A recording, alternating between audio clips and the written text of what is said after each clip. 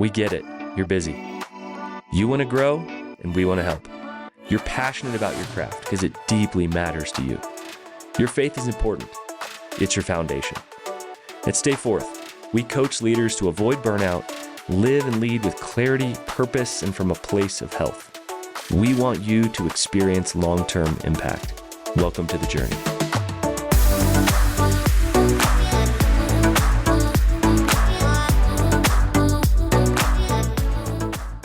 Well, friends, if we haven't met, I want to formally introduce myself. My name is Alan Briggs, and I love to help leaders get healthy and reach sustainable impact. What I've found is that when leaders get healthy, then they can create healthy change, which trickles down and creates a healthy culture around them. And it's no secret to anybody watching or listening that that's often not normal today. At least the stories we hear of carnage in leadership cultures, toxic leadership, people leaving organizations and having the scars to prove it behind them, we hear way too much of. And I am burdened by the state of leaders. This is a unique moment to begin listening or watching this podcast because this is launch time. And so to timestamp this, we are in April of 2023, and this is a book called Anti-Burnout, A Lighter Way to Live and Lead in a Heavy World, that is just coming out. So whether you're listening to this far into the future or right here this week, this is a message that's been collecting in me for a long time, for about 13 years actually, of coaching, 5 years of those full-time, thousands of hours now spent with leaders, pulling out the greatness through leadership coaching, and also helping to shape them and form them to be able to live and lead healthy. We don't want leaders that just perform well at work and then dump all of their exhaustion and overwhelm and stress on their families. And we also believe that when you get healthy, you can actually lead with greater impact. And so my heart behind this book, I want to come out during this series right now. So we've got a 4-part series for you. And during this time, I'm going to walk you through the various aspects of the book. We're going to do some fun things, some interactive things. And in the next episode, you'll hear from some other folks that'll flip the mic. They'll interview me on some different things, and then we'll actually bring this in for a landing. So during these 4 weeks, we want to give you the foundation of this book, Anti-Burnout. But during this, I would just encourage you, go grab the book. It's on Amazon, hardcover, paperback, ebook, and Audible. And the reason why I want you to listen to this is not because I want to sell a bunch of books.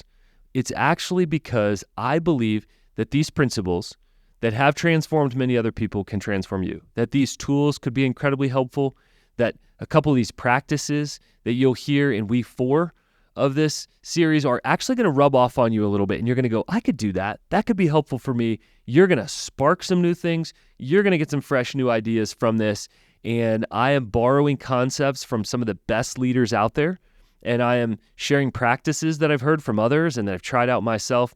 But here's what I can promise you. This stuff comes straight from real life.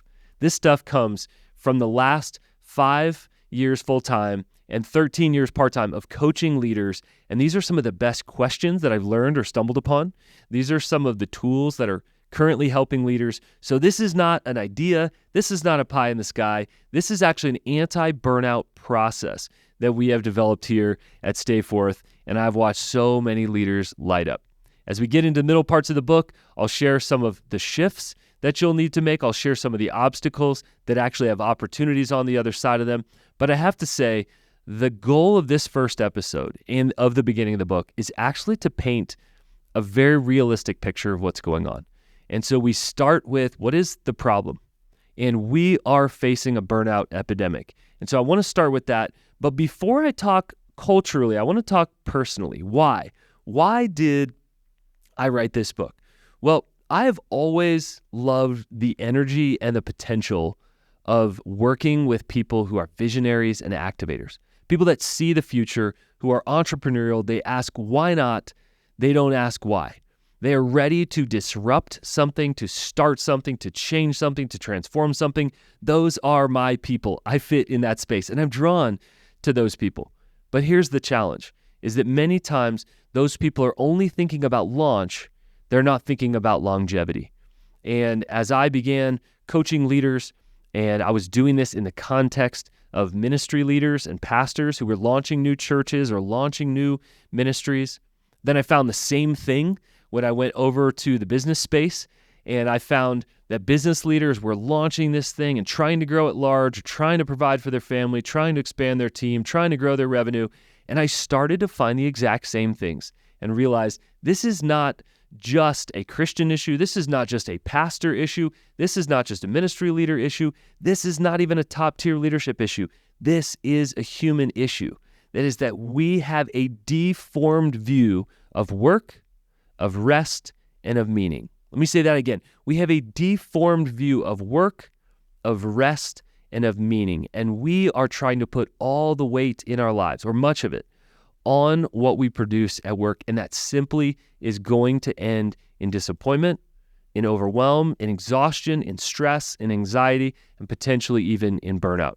And so as we walk through this burnout epidemic culturally, I have watched this unfold from the inside with leaders, talking one-on-one with leaders, again, thousands of hours in one-on-one coaching sessions, cohorts that I've led, cohorts that I've been part of, mastermind groups that I'm part of as a participant, experiences that I've led up in the mountains and in beautiful places, around dinner tables, over coffee, and around campfires. And I hear the same things.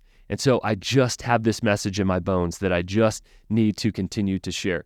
And so we're going to jump around during this series, and I'm going to share, again, from some personal things, cultural things. I'm going to read some quotes out of the book, and then at the very end of each episode, we're actually going to give you an audio excerpt from a different section of the book. So we hope that this invites you into the message, but I wanted to make sure that I share first that not only do I love to work with entrepreneurs, not only am I a coach, not only do I serve business leaders and ministry leaders, nonprofit leaders, community leaders, I love to serve catalytic leaders that have the ability to create change in other people. Because when they change, then this ripple effect happens, and everyone has influence.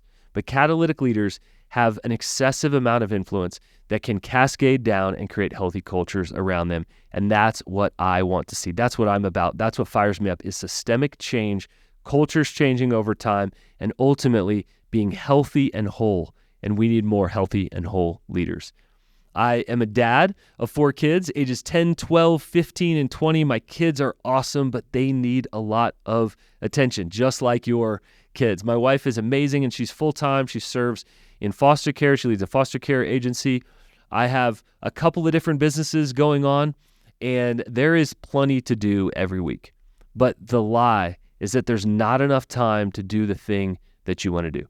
And just like culturally, we are plagued with this wrong belief, this lie that your life's always going to be slammed full. It needs to be if you're a leader. You're always going to be busy. In fact, too busy. You can never get to everything. And friends, if we start with that lie, we will continue to live into it. If you are going to advance on this, to make a move against actually resisting burnout, you're going to have to confront the lie underneath work, underneath rest, and underneath fulfillment or meaning. Work, rest, and meaning. And these things, to me, friends, if we can peel the lie away, which I try to do early in the book, to say that this is not working. It's not working right now. We are in a burnout epidemic. We are also in a loneliness epidemic right now. Things are off culturally. And so personally, I've seen that overlap in my own life. And I share plenty of those moments throughout the book, those times when I've run too fast, when I've traded being effective for being efficient, and I've accidentally run over people in the meantime, and I've had to learn a different way to lead. That is a lighter way to lead. And I do believe, my friends, that that is possible. And as I watched this, I was developing leaders, and then I spent a season coaching church planters, and then I moved into, kind of activists, community leaders, entrepreneurs, all those people built with new ideas. Again, those same threads emerged, is that we are running too fast, too hard, taking on too many things, and we are living unboundaried lives, limitless lives, and eventually that catches up with us. And I started to watch that happen within our culture. Now, culturally, what's going on? Well, as I peered at that from the outside and then got to see that from the inside, again, we launch well, but we don't do longevity well in our country. It's just not something we're wired for here in the West.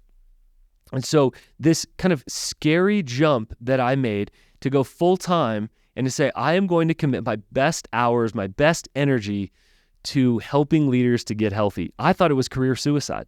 And I thought, who wants to grow in this area? Who wants to learn in this area? Who wants to invest time and money and energy to be able to actually become healthy? And then COVID hit, and we realized that we're all a hot mess. We realized that we all have unhealthy parts of our life and certainly of our leadership. And I began to look underneath the hood of my own life and other leaders more and more, and found this burnout thing everywhere. And so I want to read you a couple definitions, and these are actually early in the book. I share these in the first part of the book. The word burnout was actually coined in 1975. And I want to read that definition: a state of mental and physical exhaustion caused by one's professional life. So that's where it starts, the professional life. And then again, it filters down, or it funnels down, it cascades down from there. Other experts have described it as emotional exhaustion, the fatigue that comes from caring too much for too long. Some have called it compassion fatigue. Some call it voluntary exploitation. So those are not good. That's what the experts say. But it's interesting, a few years ago, I actually put this message out there for some friends who had wrestled with burnout at one time or another. And the definitions they came back with were terrifying. They were helpful. I thought they were so good. I put them here in the book. But honestly, they are scary. Listen to what some of my friends said burnout was like. Running at 8,000 RPMs with no true sense of any measurable progress. Ice skating uphill. Doubting every move I made. Numb. A complete lack of care that I no longer really care. Drowning. Wow. I mean, the implications of this are huge, friends, is that once a leader is burned out, it takes a serious recovery time, many times years of healing along the way. And what we want to do at Stay Forth, what I want to do as a coach and here as an author, what I want to do as a speaker is actually to go upstream and ask, what if we could stay healthy before we got unhealthy? What if we, instead of having people in hospitals as coaches, could actually be coaches who are looking ahead and putting people in health clubs to create healthy rhythms in their lives? And guys, here's the clarion call. I believe this: we desperately need healthy women and men shaping the future who leverage their influence to serve others, not themselves.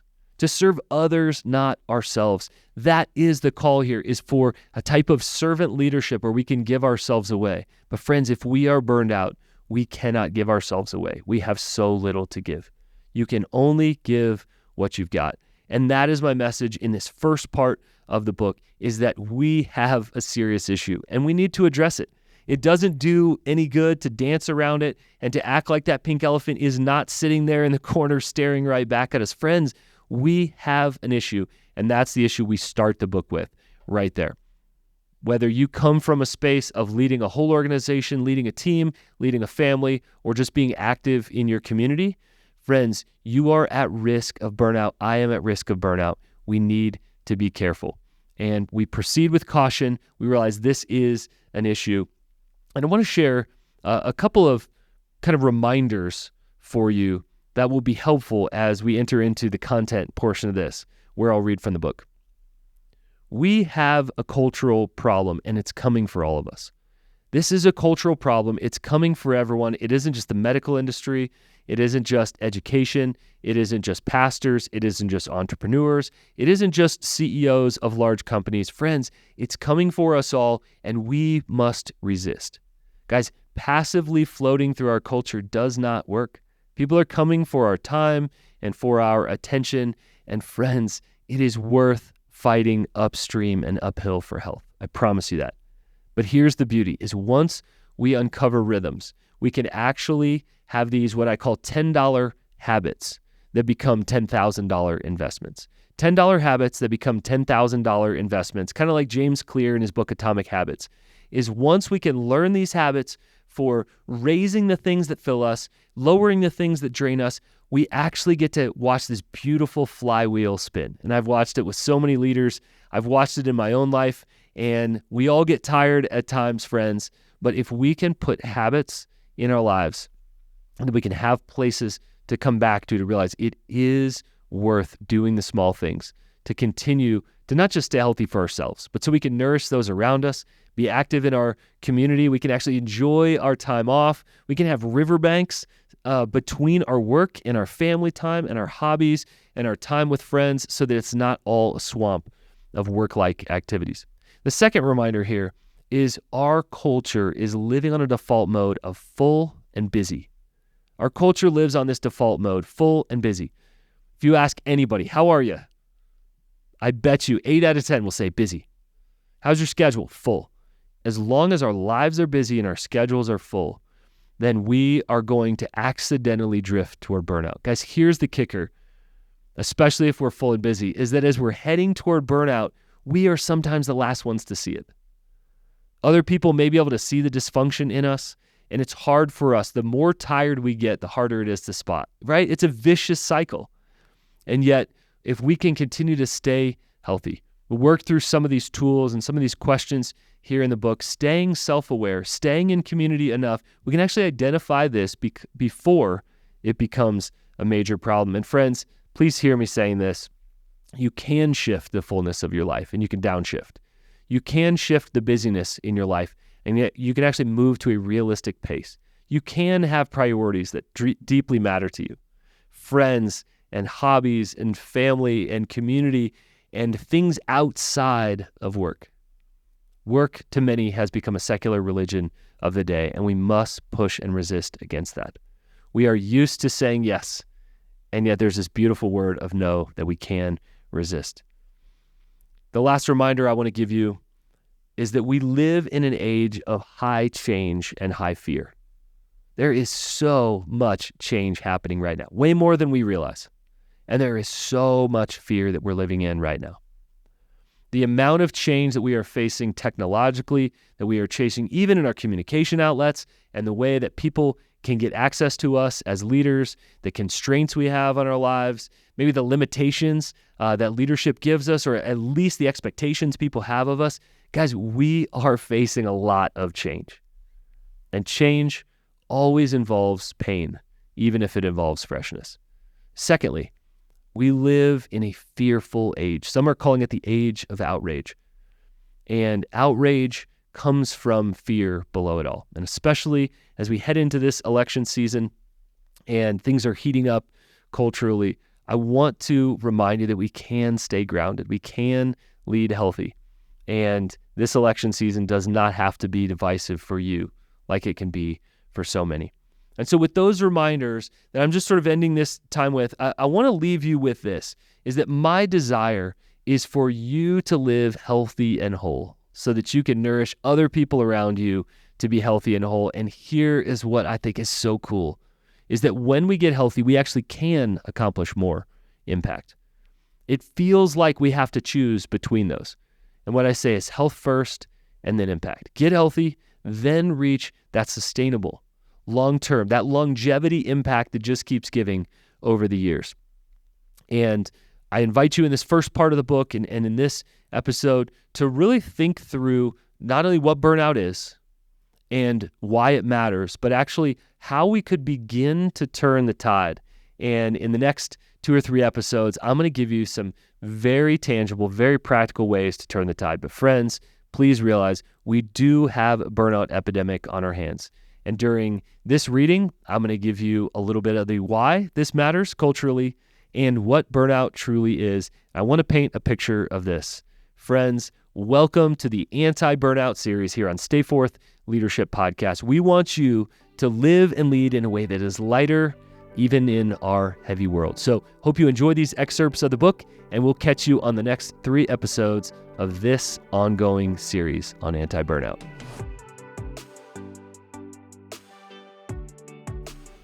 We're in the midst of a burnout epidemic.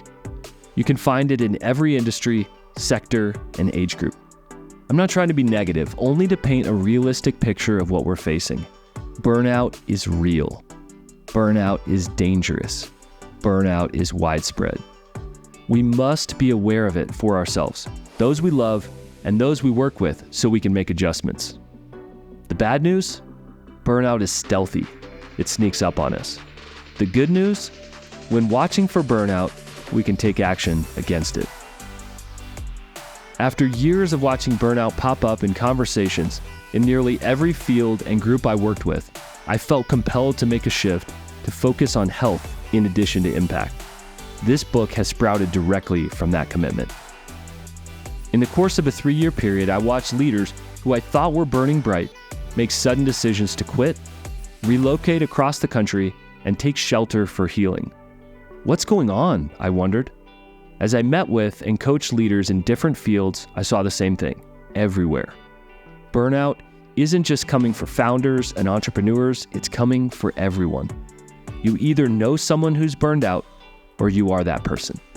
A few years ago, I got to lead a group coaching experience with faith and community leaders in Ecuador. On the long flight, I wondered, will they be able to relate, or is this just another American issue? We began our gathering by gauging their level of tiredness. Much to my surprise, they seemed to wrestle with the expectations to care for families, communities, and congregations even more than we do in the West.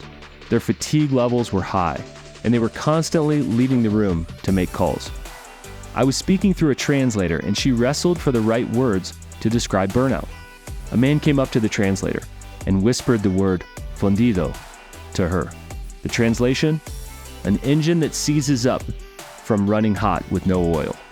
Nailed it. I couldn't understand most of their discussion and banter, but one discussion got heated.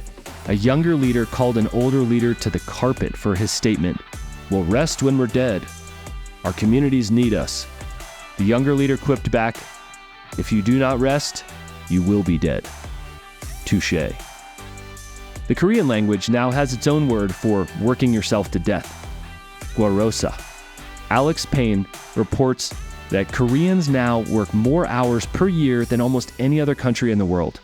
Suicide rates have tripled since 1990. In his book, Burnout Society, researcher Byung-Chul Han shares the widespread effects of burnout. He says 21st century society is no longer a disciplinary society, but rather an achievement society. The society of laboring and achievement is not a free society. It generates new constraints. It leads to a society of work in which the master himself has become a laboring slave. The achievement subject is simultaneously perpetrator and victim, master and slave. It's not just something that's done to us, but many times we allow it, even perpetrate it. Burnout is particularly common among high achievers. Teachers and university professors have been hit hard. Over 50% of medical professionals live close to burnout. Pastors have felt increased expectations over the last decade to care for communities while providing excellent gatherings live streamed to the world. Entrepreneurs feel the deep weight of risk and failure, especially during unsteady markets. Young companies normalize the pressure of their work as they joke about riding the rocket of exponential growth. Sounds painful. Research seems to show that burnout is becoming particularly hard and stealthy for women, who often bear more relational responsibility in their homes than men. Many parents even report parental burnout for increased expectations to get their kids involved in everything under the sun. Before we talk about a lighter way to live and lead, we must clearly define what we're actually talking about. The term burnout was formally introduced to the world by psychologist Herbert Freudenberger in 1975. He defined burnout as a state of mental and physical exhaustion caused by one's professional life. It had 3 defining factors. Emotional exhaustion, the fatigue that comes from caring too much for too long. Depersonalization, the depletion of empathy, caring, and compassion. Decreased sense of accomplishment, an unconquerable sense of futility. Sound familiar? Here are some other clinical definitions of burnout from experts. A response to the chronic emotional strain of dealing extensively with other human beings, particularly when they are troubled and having problems. A syndrome of emotional exhaustion and cynicism that occurs in individuals who do people work of some kind. A chronic state of feeling overworked, overwhelmed, and exhausted. Voluntary self-exploitation. That's what the experts say. But how do normal humans describe burnout? I asked a group of friends who have experienced burnout, what did burnout feel like? Emptier than empty. Running at 8,000 RPMs with no true sense of any measurable progress. Freezer burn. Loss of quality, flavor, and nutrients. Full, yet completely empty. Doubting every move I made. Depleted mentally and emotionally, unable to recharge. Ice skating uphill. Numb. A complete lack of care that I no longer really care. Drowning. The pain of knowing you will never be able to get ahead. Spiritually and emotionally fried to a crisp. Trying to run through quicksand blindfolded. Overwhelm followed by anxiety, depression, and guilt. Trying to run through an ocean of molasses. Burnout can be easily misunderstood. Here's what we're not talking about when we describe burnout. Burnout is not just physical tiredness, although that's one symptom. Grief, although unrealized grief can perpetuate it. Inevitable, but it doesn't have to be this way. Sacrifice, although unmeasured, unwise sacrifice can be part of it. Sudden, although it can feel like it. Failure, although it can slow us down. Easy to notice in ourselves. Others can see it far easier than we can. The end, although it may feel like it. Dr. Wes Beavis describes the burnout risk zone using the following equation. Dealing with people plus being responsible for favorable outcomes equals burnout risk zone. This equation puts all leaders in or near the risk zone. Inherently, leaders are responsible not only for their results, but for others' results. Seth Godin says, if you are using outcomes that are out of your control as fuel for your work, it's inevitable that you will burn out, because it's not fuel you can replenish. The challenge is real for leaders, and none of us is immune. We cannot give what we do not have. Trying to give others what we do not possess ourselves will empty us. Giving what we do not have is not generosity, it's stealing. When we do this, we are the perpetrator and the victim. The preparation, training for health. Nearly all men can stand adversity, but if you want to test a man's character, give him power. Abraham Lincoln. A friend introduced me to a leader he admired who was growing the company. He thought our organizations could partner together to serve more leaders. From my first conversation with Todd, I could tell he was driven and innovative with serious business acumen. His team was growing and he was hiring quickly. We discussed a potential partnership. He promised to get back with me on a few ideas. Not only did he not get back with me, but he ghosted me. Months later, our mutual friend told me he was in town for meetings and I should join them for a drink. That evening, he apologized for not getting back with me, and I observed him making big promises and bragging about big contracts. He assured me we would reconnect, but he ghosted me again. About 18 months later, I got a desperate text from him requesting an emergency coaching session. His life and business had fallen apart. He needed help sorting out the wreckage. We don't need more stories like Todd's. How many times do we have to watch the same worn-out story? A brilliant leader that people follow wholeheartedly, drifts from their integrity, hurts people they love, and leaves a wake of destruction.